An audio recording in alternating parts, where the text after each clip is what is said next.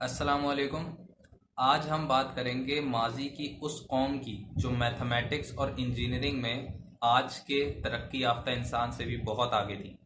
आज हम बात करेंगे मिस्र की तारीखी तहजीब की, जो इतनी हैरान कुन है कि ये वीडियो देखने के बाद आपका दुनिया को देखने का नज़रिया बिल्कुल तब्दील हो जाएगा। मिस्र की तहजीब 3100 बीसी में शुरू हुई और इसके पहले फ़िरौन का नाम नार्मर था और ये तहजीब 30 बीसी में ख़त्म हुई और इसके आखिरी फ़िरौन का नाम नेक्टेनेबू टू था। अब हम बात करेंगे मिस्र के 12वें फ़िरौन की, जिसका नाम तूतन खामुन था। अच्छा, वो जो फ़िरौन थे इनकी एक ये स्पेशलिटी होती थी कि जब भी दफन होते थे, कोई भी फ़िरौन जब दफन होता था तो अपने साथ बहुत ज़्यादा कीमती साजो सामान लेकर दफन होता था। इसी तरह जो मिस्र का 12वां फ़िरौन था तूतन खामुन, जब वो दफन हुआ तो अपने साथ बहुत सारी चीज़ें लेकर दफन हुआ, जिसमें से एक चीज़ एक चाकू था। ये चाकू लोहे का था और इसका कवर और हैंडल गोल्डन था। अब आप सोच रहे होंगे इसमें क्या ख़ास बात है। इसकी ख़ास बात यह है कि तूतन खामुन जब 1337 बीसी में फ़िरौन बना और 1324 बीसी में इसकी डेथ हुई, उस वक्त अर्थ पे आयरन एग्जिस्ट ही नहीं करता था क्योंकि वो ब्रॉन्ज एज थी। तूतन खामुन की मौत के 200 साल बाद आयरन अर्थ पर आया।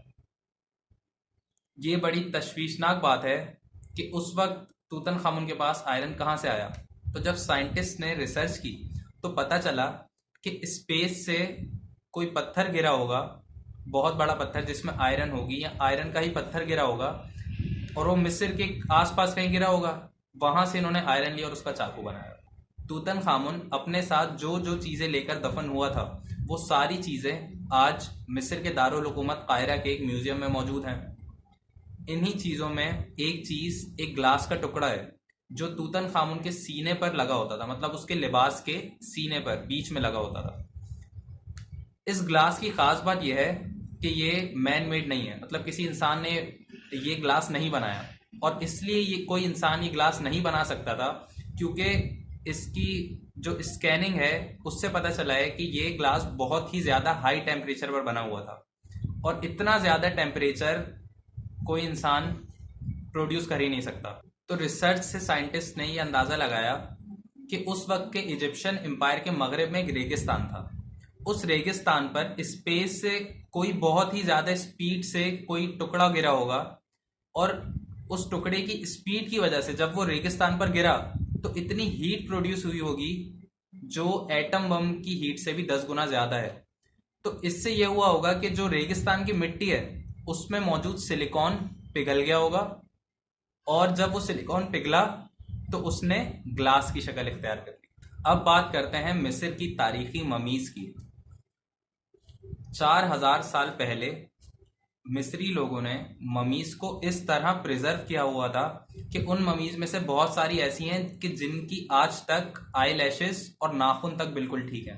ये बात हैरान कुन इसलिए है क्योंकि आज भी अगर साइंटिस्ट किसी डेड बॉडी को मम्मी बनाना चाहें तो वो अगले 4000 साल के लिए किसी डेड बॉडी को इतना अच्छा प्रिजर्व नहीं कर सकते जितना उन लोगों ने किया हुआ है।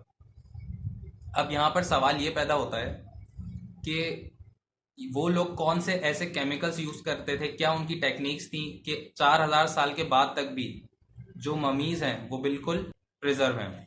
रिसर्च से पता चला कि वो लोग जब कोई शख्स मरता था तो उसकी डेड बॉडी में से सारे इंटरनल ऑर्गन्स निकाल लेते थे। इससे होता ये था कि बॉडी में जो भी मॉइस्चर होता था वो निकल जाता था। मॉइस्चर निकालना इसलिए ज़रूरी होता था क्योंकि मॉइस्चर जहाँ होगा वहाँ पर बैक्टीरिया होगा और बैक्टीरिया बॉडी की डिकम्पोजिशन का बायस बनता है। तो इस वजह से वो पहले इंटरनल ऑर्गन्स निकाल लेते थे। जब आर्कियोलॉजिस्ट ने 2018 में सकारा, जो मिस्र में एक जगह है, उसका दौरा किया तो उनको वो जगह मिली जहाँ पर ये लोग डेड बॉडीज़ को ममीज़ बनाने के लिए प्रोसेसिंग करते थे। तो जब आर्कियोलॉजिस्ट ने उस जगह का दौरा किया तो उनको वहाँ पर एक केमिकल मिला जिसका नाम नेट्रॉन है। इस नेट्रॉन केमिकल की ख़ास बात यह है कि ये किसी भी चीज़ से मुकम्मल तौर पर मॉइस्चर निकाल लेता है। मतलब किसी भी चीज़ के ऊपर अगर नेट्रॉन लगाएं तो वो उसका पूरा मॉइस्चर एब्जॉर्ब कर लेगा।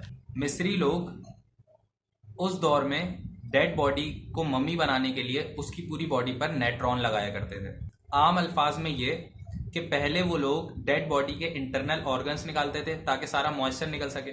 उसके बाद पूरी बॉडी पर नेट्रॉन लगाते थे, नेट्रॉन केमिकल, जिससे मजीद जो बचा कुचा मॉइस्चर होता था एक तो वो एब्जॉर्ब कर लेता था नेट्रॉन, और बॉडी हमेशा के लिए प्रिजर्व हो जाती थी। नेट्रॉन कुदरती तौर पर पाए जाने वाला केमिकल है जो सकारा, जहां पर ये ममीज की प्रोसेसिंग होती थी, वहीं से 50 मील दूर पाया जाता है। अब बात करते हैं सबसे ज़्यादा हैरत अंगेज और अजीबो गरीब अहराम मिस्र की, मतलब वो पिरामिड्स जो मिस्र में मौजूद हैं।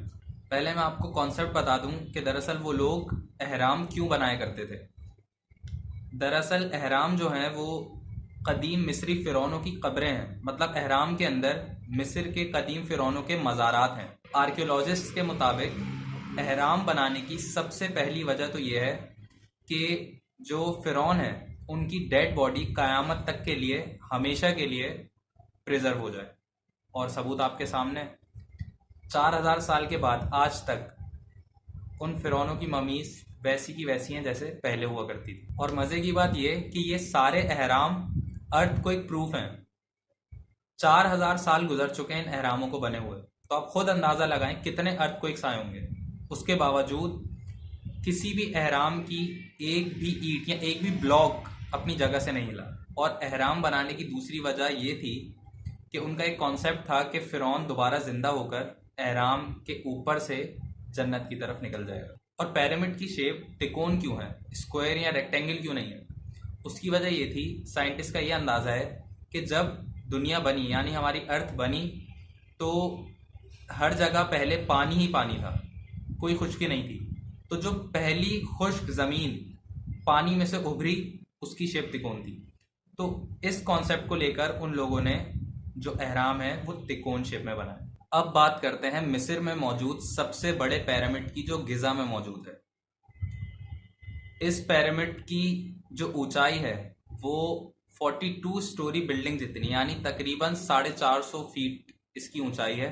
इसका मास 6.2 मिलियन टन्स है, और इसमें जो बड़े बड़े ब्लॉक्स इस्तेमाल हुए हैं वो तकरीबन 20 मिलियन के करीब हैं। और सबसे मज़े की बात यह है कि 20 मिलियन ब्लॉक्स में से किसी दो ब्लॉक्स की शेप भी एक जैसी नहीं है, ना साइज एक जैसा है। तमाम के तमाम 20 मिलियन ब्लॉक्स डिफरेंट साइज और डिफरेंट शेप्स के। आर्कियोलॉजिस्ट के अंदाजे के मुताबिक ये पिरामिड 20 साल में ही बना था, और उन्होंने एक रफ आइडिया लगाया कि इन 20 सालों में जितने भी मजदूर हों, अगर वो एक बहुत स्ट्रिक्ट उनकी रूटीन बहुत ज़्यादा अगर स्ट्रिक्ट भी हो, जैसे अगर वो 20 साल में से 365 दिन काम करें, मतलब हर साल 365 दिन काम करें, 20 साल के 20 साल में से उनको एक भी छुट्टी ना मिले, उन्होंने लगातार काम करना है और दिन में 12 घंटे काम करना है। अगर इतनी स्ट्रिक्ट रूटीन भी हो तब भी 20 साल के अरसे में 20 मिलियन ब्लॉक का पिरामिड बनाने के लिए एक ब्लॉक को फिक्स करने में उनके पास सिर्फ 2.5 मिनट बचता है। आसान सी बात यह है कि उस दौर में टेक्नोलॉजी तो थी नहीं कि पहाड़ों को डायनामाइट से उड़ाया और टुकड़े हो गए पहाड़ के और हमने अपनी मर्जी का स्टोन कट कर लिया, ऐसा तो नहीं होता था। टेक्नोलॉजी थी नहीं, और पहाड़ पता नहीं कहाँ होंगे, कहाँ से वो लाते थे ब्लॉक्स तोड़कर, ट्रांसपोर्ट भी नहीं थी। और दूसरी चीज़ ये कि इतने भारी भारी ब्लॉक्स उनको ऊपर उठाकर कैसे रखेंगे। 42 स्टोरी बिल्डिंग थी जो पिरामिड है, वो 42 स्टोरी बिल्डिंग है। तो इस सब फिनोमिना को जहन में रखें और इस अरसे को रखें जिसमें पिरामिड बना है 20 सालों में। इतने स्ट्रिक्ट रूटीन होने के बावजूद अगर वो मजदूर, एक एजम्पशन है, अगर उन मजदूरों ने 20 साल के 20 साल बगैर गैप के काम किया और दिन में 12-12 घंटे काम किया हो, तब भी 20 मिलियन ब्लॉक्स में से एक ब्लॉक को फिक्स करने के लिए सिर्फ 2.5 मिनट का वक्त बचता है। और उस दौर में तो सीमेंट भी नहीं था। उन्होंने 20 मिलियन इतने भारी भारी ब्लॉक्स ऐसे जोड़े हुए थे कि 4000 साल बाद, मतलब आज तक एक भी ब्लॉक अपनी जगह से नहीं हिला। और आज भी 20 मिलियन ब्लॉक्स में से किसी भी दो ब्लॉक्स को हम देखें, वो इस तरह जुड़े हुए हैं कि उन दो ब्लॉक्स के दरमियान एक पतले से पतला स्टील ब्लेड गुजारने की भी जगह नहीं। 4000 साल बाद तक वो इतनी मजबूती से आज तक जुड़े हुए हैं। और आज भी इस एडवांस एरा में जहां साइंस ने बहुत ज़्यादा बेहद तरक्की कर ली है, इस दौर में भी जो दुनिया के बहुत एडवांस इंजीनियर्स मैथमेटिशियंस हैं, उनका कहना यह है कि अगर हम आज भी गिज़ा जैसा एक पिरामिड बनाना चाहें दुनिया की जदीद से जदीद एडवांस से एडवांस टेक्नोलॉजी और इंस्ट्रूमेंट्स को यूज़ कर कर, तो आज भी हम गिज़ा जैसा पिरामिड नहीं बना सकते। कुछ अरसे पहले की रिसर्च में आखिरकार आर्कियोलॉजिस्ट ने अंदाज़ा लगा ही लिया कि पिरामिड कैसे बने होंगे। मिसाल के तौर पे ये पिरामिड है। इस पिरामिड जो गिज़ा का पिरामिड है उसकी हाइट 450 फीट है। मिसाल के तौर पे इस पिरामिड की हाइट 450 फीट है। ये गिज़ा का पिरामिड है। आर्कियोलॉजिस्ट ने इसके ऊपर जाकर नीचे की तरफ देखा तो उनको बहुत ज़्यादा सुराख मिले। मतलब इस पिरामिड की हाइट 450 फीट है। इस पिरामिड के चारों तरफ इक्वल डिस्टेंस से सुराख हुए हैं और इक्वल डायमीटर या इक्वल साइज के सुराख हैं। अब इस पिरामिड की 4 साइड्स हैं और इसकी हाइट 450 फीट है। पिरामिड की लेफ्ट साइड पर 450 फीट दूर तक सुराख हैं। पिरामिड की हाइट के मुताबिक जमीन पर पिरामिड के नीचे 450 फीट दूर तक ही सुराख है। इस तरफ भी 450 फीट दूर तक ही सुराख है, इस तरफ भी और इस तरफ भी 450 फीट दूर तक ही सुराख है।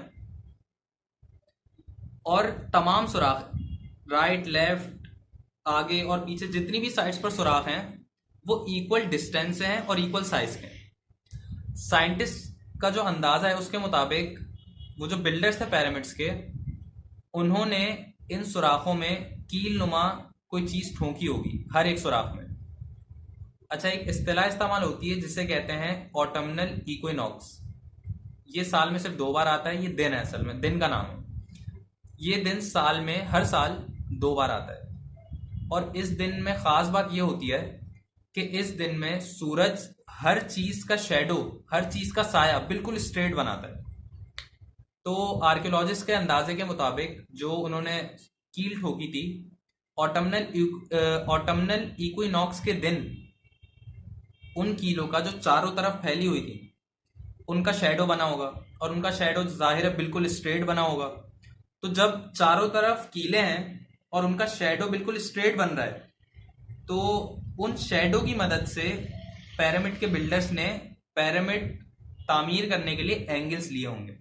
और आखिरी बात ये कि आज जो हम मैथमेटिक्स और फिजिक्स में एक वैल्यू पढ़ते हैं जिसे हम पाई कहते हैं, जिसकी वैल्यू 3.14 होती है, ये पाई की वैल्यू भी हमें कदीम मिस्री लोगों से ही पता चली। अल्लाह हाफिज।